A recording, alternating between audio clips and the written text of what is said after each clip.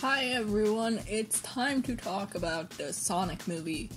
It's gonna be a spoiler one, I'm not gonna be doing a scene by scene thing, I'm just getting my thoughts out there. But yes, there's gonna be spoilers. So if you haven't seen the movie yet and you don't want to be spoiled, do not, watch this or listen to this video because you are going to get spoiled.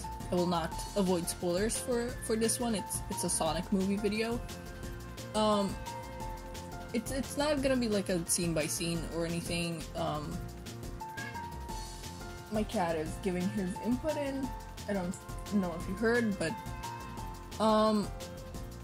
yeah, again, spoiler warning.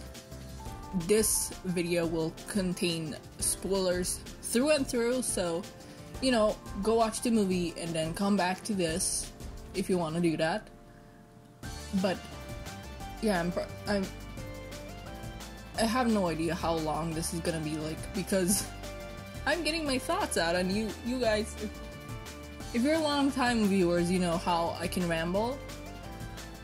I'm probably just gonna put trailers and stuff throughout the video because Lord knows they made enough of those to just fill out a video. Obviously, if you're seeing this, you're also gonna know I'm not gonna be putting spoilers in the thumbnail like some people.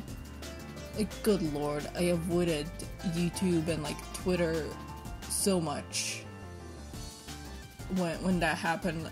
I was one of the people to see the movie earliest because it came out on the 31st of March here, and a day before that I heard about the leaks happening and people apparently posting videos on YouTube that contained spoilers that were in the thumbnail. So I was like, okay, no YouTube for me for 24 hours, bye. But yeah, this movie, I love this movie. I feel like it was better than the first one, and now it's number one in the world.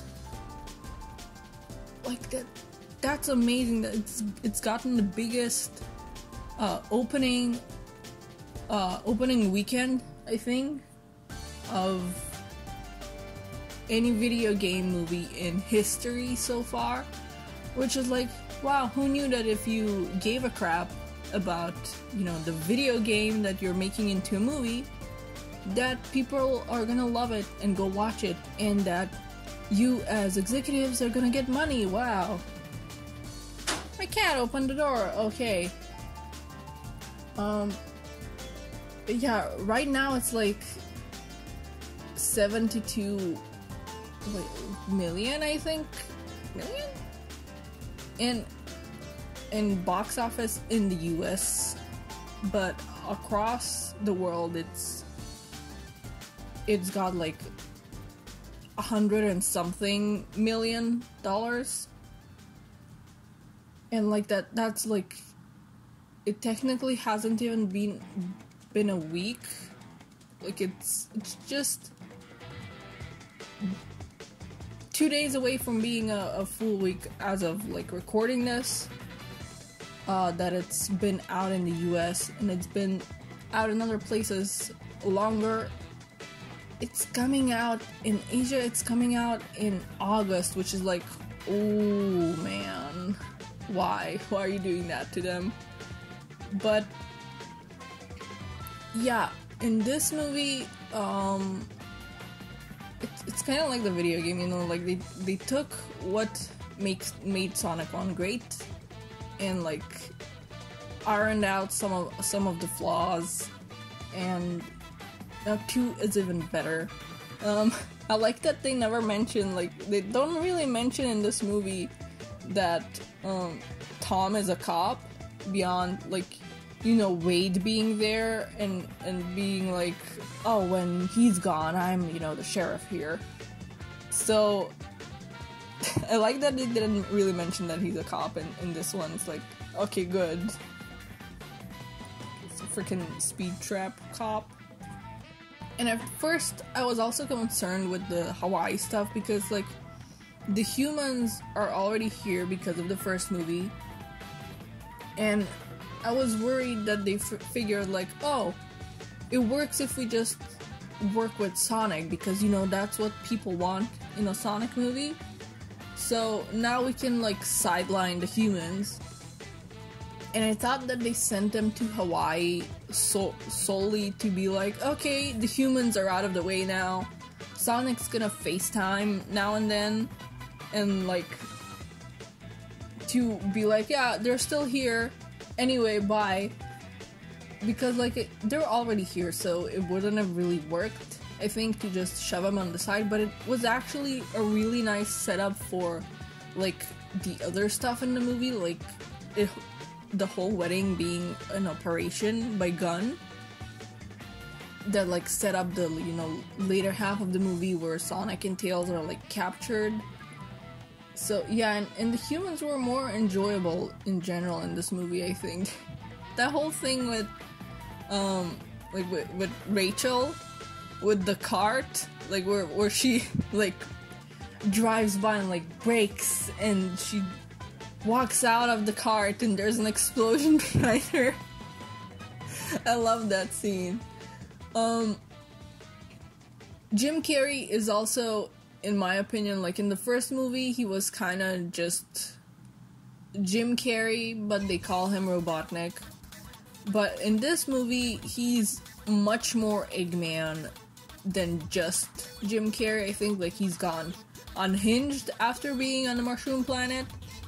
And, you know, he's more Eggman in appearance as well. Which is, like... I want to get to the thing later. I don't want to, like, jump to the ending and then go back to the beginning and stuff. But, yeah, I was also wondering how they were gonna do the Knuckles stuff in this movie. And the Tails stuff, because Tails is already, like, clearly established and stuff and had his little gadget in the post-credit scene of the first movie. So it was like, oh, he's already, like, an inventor and has, like, some confidence, clearly, but he had confidence in his gadgets, I think, but he didn't really have confidence in himself to, like, be a hero like Sonic.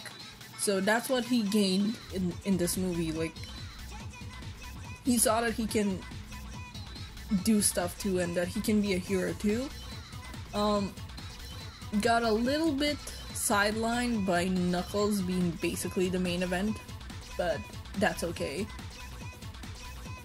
And the whole thing with the tornado, I like that they kind of set up the tornado too. It's not the tornado, they never refer to it that way. It's not Sonic's plane or like Tom's plane or anything. But I like that the wedding basically set that up too, them being on a red biplane.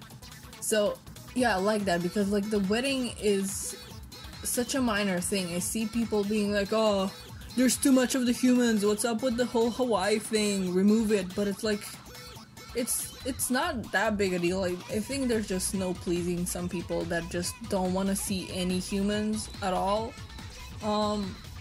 with the Sonic cast. But like the whole wedding thing was so minor when it came to like plot stuff, but it actually set up plenty of plot stuff to do with Sonic, so it works in my opinion.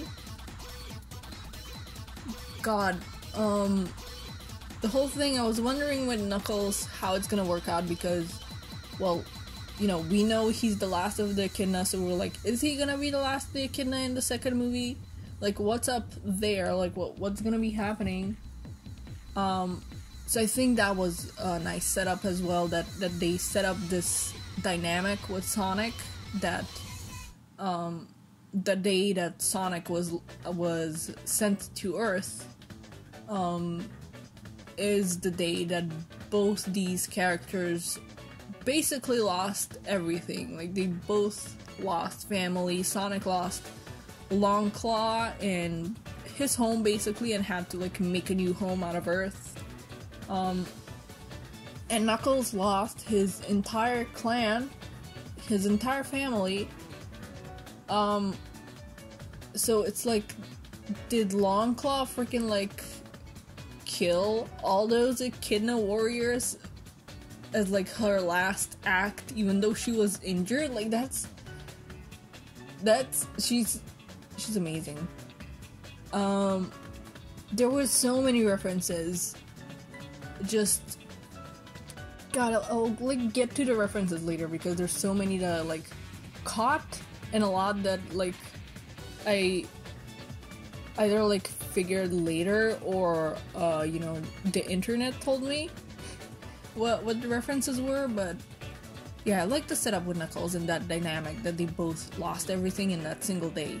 And they even do play on it, like Sonic brings it up and he's like, hey, like we both lost everything, and it makes Knuckles have a pause because he's like, oh, you know, there's somebody that understands. Plus, throughout the whole movie, he's kind of like, at Eggman, like, showing that he's dishonorable, basically, and that he has no loyalty. And Knuckles is back to form in this movie. My god, it's what we've been wanting of Knuckles from the games, basically. Because, you know, the games made him really, really dumb, but in just a dumb way. Meanwhile, Knuckles isn't dumb. He's just, you know, somebody that's lived on his own most of his life and hasn't had a lot of, you know, social interaction with people, or like the world. You know, in the games it's outside the island. Here it's like he hasn't really interacted with people because he's the last of his kind and he's been searching for Sonic and not really bothering to interact with anybody.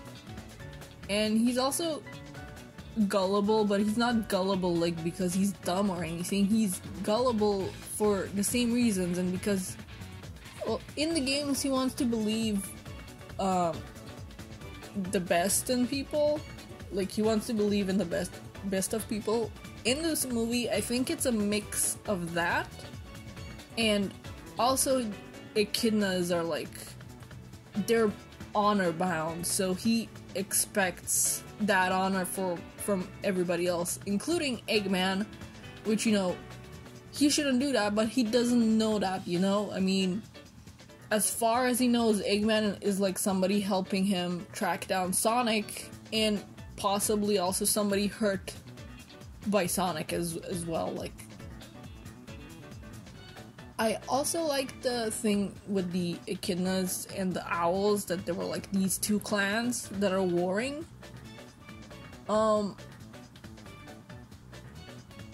Like, because we don't really see in the games, like we're told that the Echidnas were like warring with other tribes and stuff, and we're like, so other Echidnas or what? Like, so it's nice to see like a species, like a tribe that they were warring with. Also, the whole Master Emerald thing.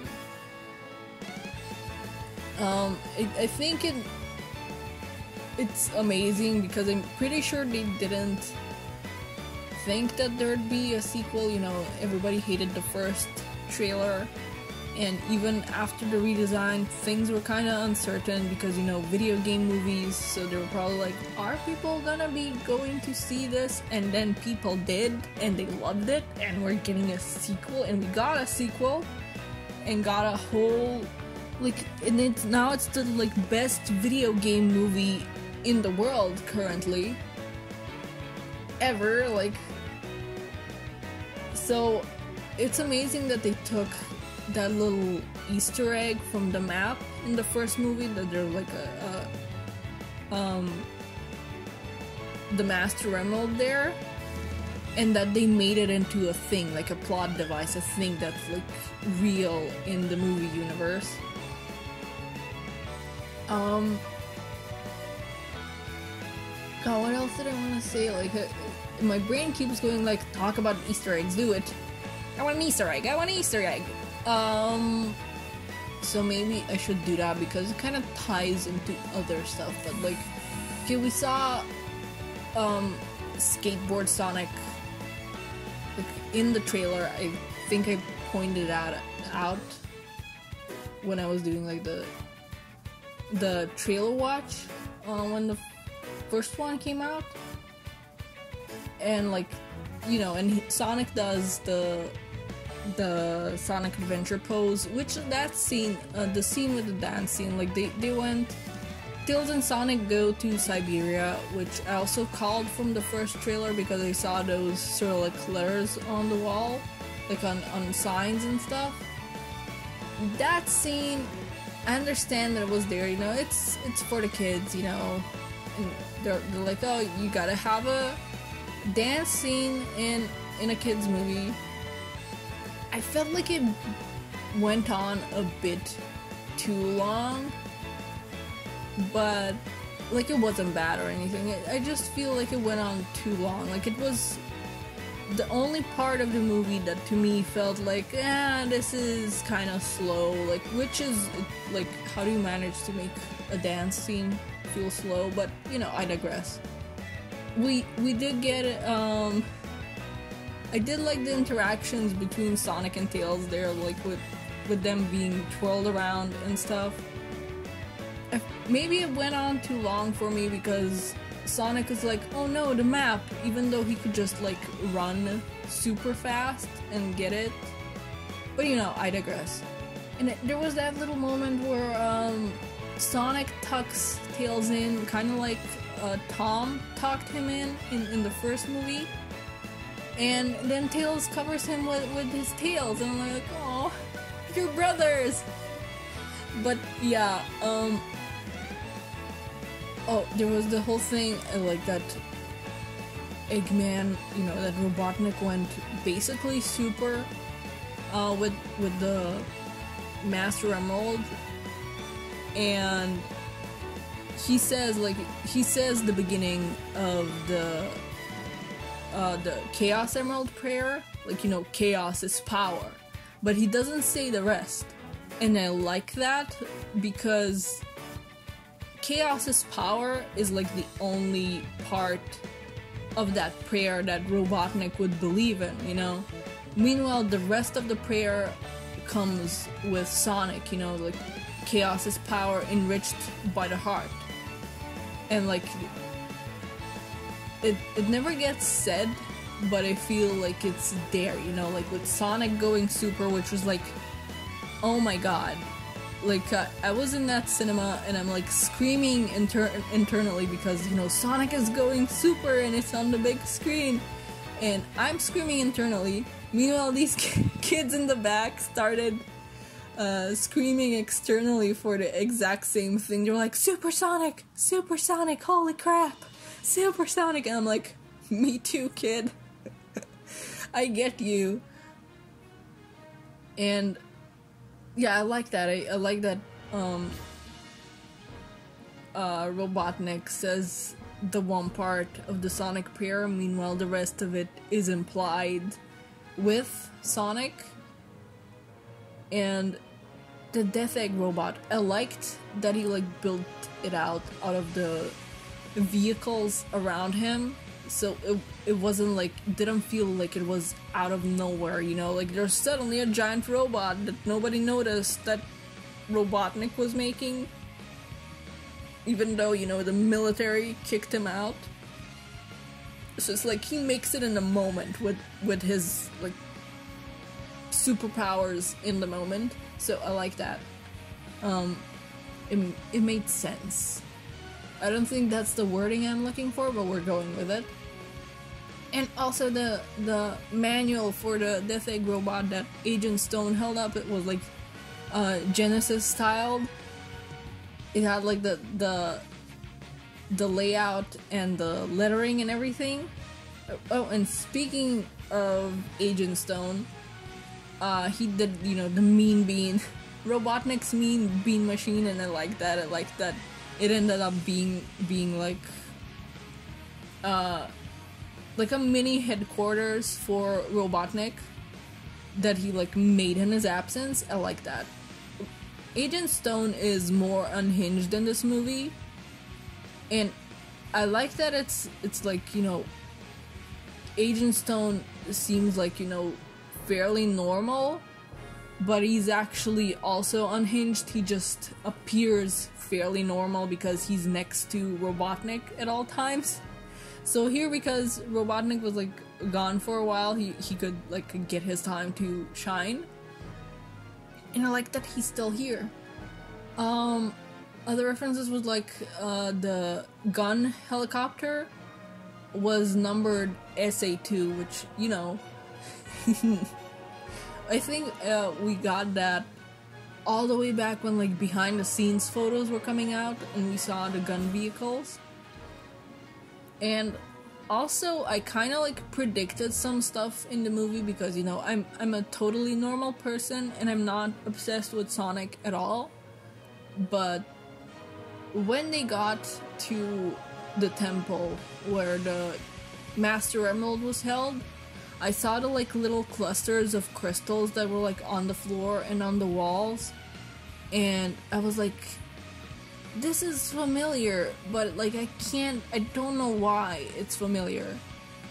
And you know, the movie tries to like be like, oh, labyrinth, there's a labyrinth here, and I still didn't got it. I was like, it's on the tip of my tongue, what is it, why is it familiar? And then Sonic slides down those stone water slides exactly like he does in the games, and I was like, oh my god, it's Labyrinth Zone. And the moment I realized that, I was just waiting for the whole place to flood. I was like, it's coming, it's gonna flood. Somebody's gonna start drowning. Oh my god. And they did the bubble thing as well, because, you know, it did flood and people did start drowning. And Sonic did the bubble thing, like a big bubble shows up and he like takes it in. All it's really missing is the like pop, you know, sound effect. I kind of wish they found a way to incorporate the drowning music in that, like maybe a little tune, maybe a little lead motif in the background, but you know, oh well, I have stuff to say about that later. But and they got to the Master Emerald, and I was like, oh man, Robotnik is gonna electrocute Knuckles, isn't he? And he did like do the taser thing with his hands, and he was ready to electrocute him. It just never happened because Sonic showed up. But there were like other references too, because like you know, freaking Tails says that he's watched Sonic, and Sonic is like, you haven't watched me shower, have you? And Tails implies that he has. That's from the freaking ending of Sonic Adventure. I think it's in like the credits, where there's just a still image of Sonic in the showers, you know, doing the shower animation, and Tails is just standing there. I think that could be a reference to that. But also, Tyson has said, like, on Twitter, I think on Twitter, there was something on Twitter, like Tyson has confirmed that the symbols that Sonic spins on the owl statue are meant to be Babylonian, as, you know, a deep cut writer's reference. So it's like a connection that, you know, since Long Claw and, you know, the clan fighting the Echidnas are birds, like the Babylon rogues, that it would be a nice connection. And yeah, I could see that. I'd like to think now, knowing that the owls actually were Babylonian, and there was that whole thing with, oh, Babylonians are, you know, aliens. So again, I know that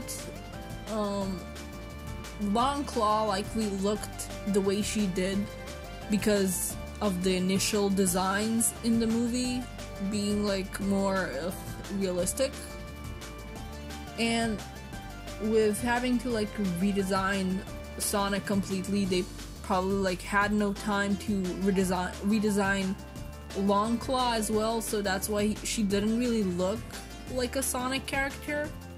And I did speculate with the first movie with like, well, she travels like the universe with the rings, so maybe she's not from Sonic's planet at all. I'm just gonna call it Mobius, I don't even care. Like, maybe she's not from Mobius at all and that she came in from another universe. So this is kind of like confirming that, like, because like there was that whole thing with the Babylonians being people not of the planet. So yeah, I feel like the theory kind of got confirmed. But yeah, I like that. I don't think that the Babylon Rogues are really gonna appear. They don't really appear much outside of the Riders games, and we haven't had a Riders game in like, is it like over a decade now? And they mostly like get shoved in the Olympic Games series. So yeah, I think it was just a reference. If we do see them in like a series or anything, I'd be surprised. But yeah, I feel like to get back to the movie fully, I feel like Sonic calling Tom Dad, like, I feel like it was the natural progression of things, because I mean, the whole fandom is already like, oh, Tom is like Sonic's dad, and they very much like do feel like family. It doesn't feel forced, you know, because he's Sonic Wachowski basically. And there was that whole thing, he's such a kid. I love that, like at the beginning of the movie where they're going through the ring and going to you know, Hawaii, and he's made like a gate out of pillows and cardboard, I think, and stuff, and he's like pretending to like do a metal detector thing on them. That's such a kid thing to do, and I love that. And you know, Tom is like taking him on fishing trips and stuff, but I feel like after Sonic at the beginning of the movie being like, hey Tom, you're supposed to be my friend, not my dad, I feel like Sonic calling Tom Dad at the very end of the movie in like a casual setting, I feel like it felt just a tiny bit forced after that. I feel like maybe in the moments before he turned supersonic, like, you know, the more dramatic moments, but then again, I'm a sucker for drama and fiction like that, but I feel like there could have been like a dangerous moment there, you know, there were dangerous moments there, and I feel like he could have, you know, called out to Tom and not really caught himself and been like, Dad, or something. Or maybe while they were like hugging before Sonic turned super, like he could have been like, you know, I love you, Dad, or something, as like because they think they're gonna die, you know. So I don't know, I feel like it could have been better, like if the first time that Sonic actually calls him Dad could have been like in a moment where he's not really thinking about it, you know, and he just calls out to Tom and that comes out. So yeah, I feel like that would have been better, but you know, I digress. Ooh, and I like the little fake out, like where Knuckles, like, you know, Sonic is super and it's amazing, and they're like, you know, about to go to him, and Knuckles is like, that's not the Sonic you know anymore, and I'm like, are we doing Fleetway Super Sonic? That was happening, and I like that little fake out where it's just, because it makes it all the better that he like uses this godly power to summon chili dogs, and then Knuckles get chili dog eyes. How did he, I mean, clearly he's a very powerful Echidna warrior if you got like chili in his eyes and did not scream or anything at all. And I like the bit after where Knuckles is, with Sonic and Tails now, and he gets to be just a bit more relaxed. Like he's excited about ice cream with sprinkles. Like, he's excited about sprinkles, and that's cute. And then he like carries Tails on his shoulder. That was cute as well. But yeah, again, with Knuckles, I love that he isn't dumb. Like, sure, Stone is like this dumb animal, and Robotnik is also like this dumb animal, but that's Robotnik and Stone. They're bad guys, and they're unhinged, and they don't care that Knuckles has been, without anybody for the last, 10 years or something? But I hope Knuckles doesn't get sidelined in the third movie, because this was his big moment where he's like appears and everything. Idris Elba did an amazing job voicing him. I do like that he's so serious that it ends up being funny. Like, even with the sprinkles, he's like, but I want sprinkles, with the ice cream, because oh yeah, he gets to be a bit of a kid finally, now that he's with friends and in basically a family. So, but he's still serious, because he has been a very serious person for at least a full decade. So it's not like he can turn that seriousness off, because it's all he's used to basically. But yeah, I've rambled a lot. I feel like even after this video is done, I'm gonna be like, oh shoot, I forgot to talk about this thing or that thing. But what I will not forget to talk about is that post-credit scene, or I guess mid-credit scene. Oh, before I do that, it's really amazing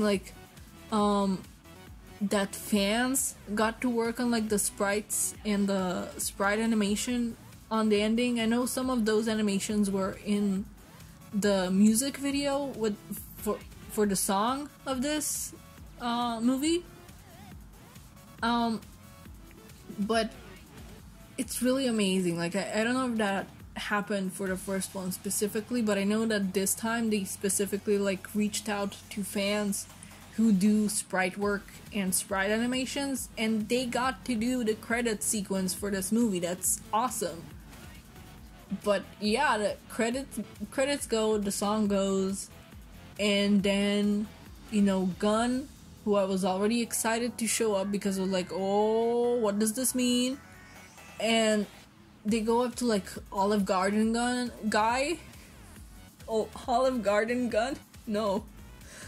Who I think is also very fun that he made Gunn basically, and that Gunn was made as a result of the first movie.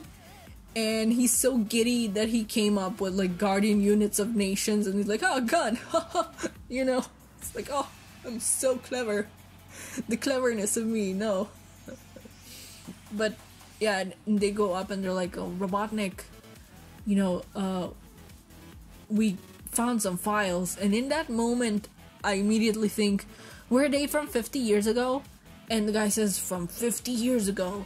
And I'm like, oh my god, Project Shadow. And they're like, for something called Project Shadow.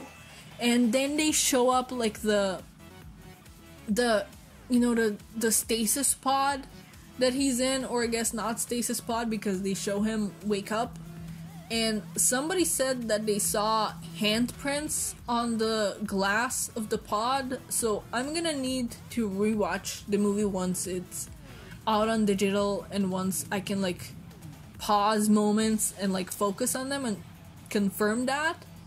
But Shadow the freaking Hedgehog, and in that moment, the same kids, again, I'm screaming internally, and again, the same kids in the theater started screaming externally, and they're like, oh my god, Shadow the Hedgehog, Shadow.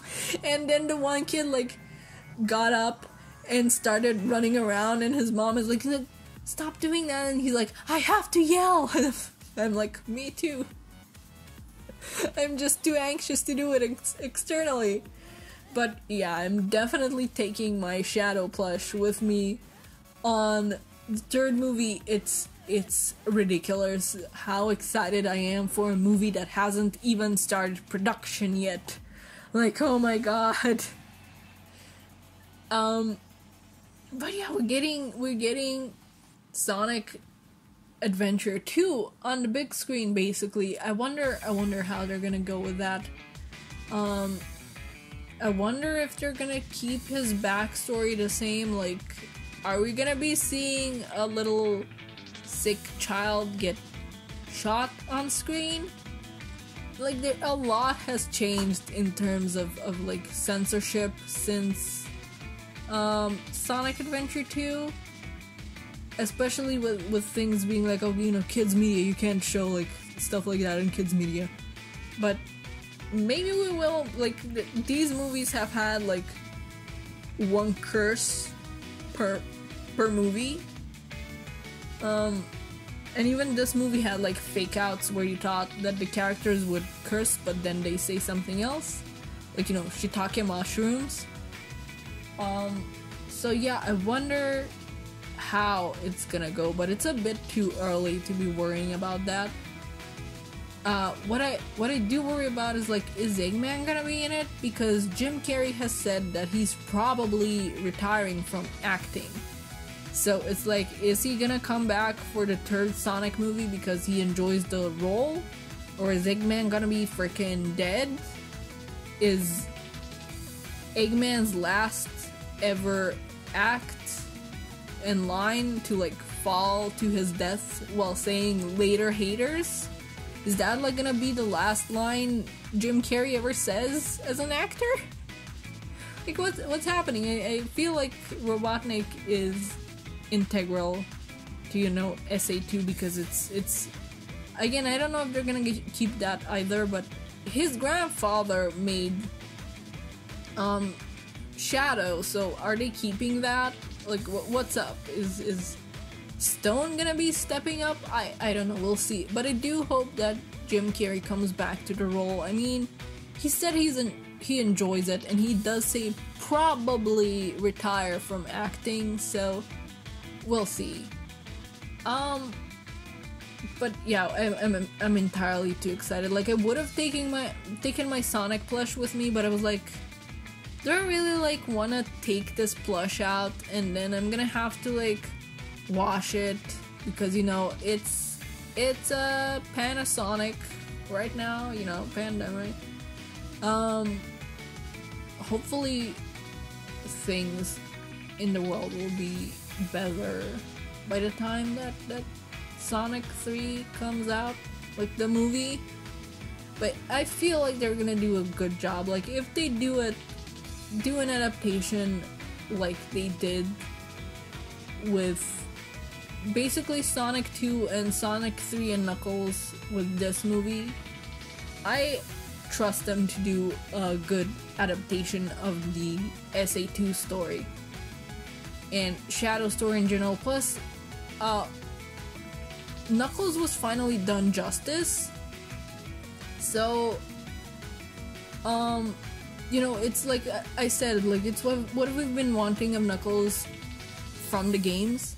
So maybe they're gonna get to, you know, do with Shadow what they did with Knuckles and give us what we've been wanting from the games and what used to be present in the games before Sega decided, you know, like, oh, Shadow has no friends and he hates everybody, and, you know, he works with Eggman if it benefits him, I guess. And it's like, really? Like, okay.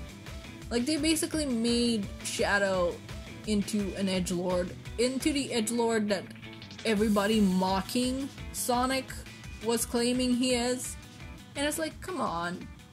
But yeah, if Tyson Hesse is advisor again, plus, like, we know that Jeff Fowler likes the series as well. Like, he wouldn't be doing this if he didn't like the series, obviously. I think we're gonna be good. Like, I don't think there's much to worry about there, but if they do SA2, come on, bring on Crush 40 for the soundtrack. Like, just one song, like, even one song, like, give me Sonic music in the Sonic movies. They didn't utilize that once again, like, you know, in the first movie you had that bit of Green Hill on the piano, and in this movie they have Sonic music, but it's like Tom's ringtone, and it's like this series has such good music all around, all kinds of music that could be utilized for like the background scores and stuff, and vocal scores. Like you could have put on some like a Sonic song instead of Uptown Funk, but oh well. But yeah, I really hope that at least for the third movie they get to utilize Sonic music in the Sonic movie. Like, the classic games already have iconic music, and then you go into SA2 with Crush 40 and stuff, and come on, you gotta use some of that. You gotta, please. Like, I don't think there's a licensing thing stopping them. I mean, they're working with Sega, so it's like, come on, give me some Sonic music in the Sonic movies. But yeah, those are my rambles. Like I said, I had no idea how long this video would go on for. I was like, maybe 20 minutes, 30 minutes. No, it's 40 minutes. It's a lot. It's too many minutes. I gotta go fast. I do like that they turned that into... I mentioned this in the prequel video, but I do like that they make that into kind of a catchphrase, but it's also not, like in this movie, it's not said like a catchphrase. Like, it's said once as a catchphrase, but it's first said when Sonic is like, pumping himself up to go across the ocean to the Master Emerald, and he's basically telling himself, like, gotta go fast, because he's like scared of, falling into the water, because he hates water, he can't swim. I like that bit as well, that Knuckles and Sonic saved each other, in the water. But yeah, he's like telling it to himself as a reassurance that he's, gotta go fast and get across the water and stuff. And he says it again later, more catchphrasey. But yeah, I like that they turned it into a thing. Okay, that's my last ramble. Gotta go. It's 43 minutes, too many minutes. Gotta go. See you when I see you. Bye. I lied. Hi again. I forgot to mention that I loved the fight scenes and how, thought out they were, and I love them, and I think you know what I mean, like choreographed and stuff. And I forgot to mention we got Knuckles baseball in the movie, basically. Okay, bye for real this time.